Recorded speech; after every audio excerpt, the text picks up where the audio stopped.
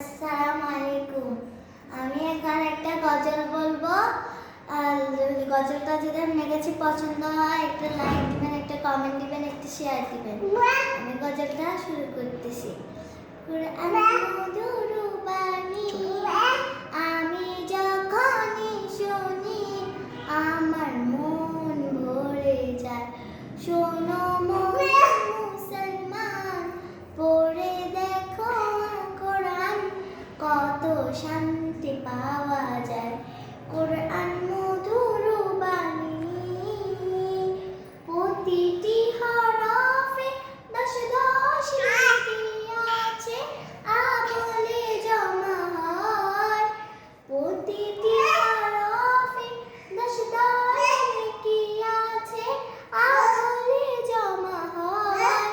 পাপের খাতা হতে পাপ যায় তোমার হেঁটে, আর রাসূল বললেরা কোরআন মধুর বাণী। গজলটা আমি শেষ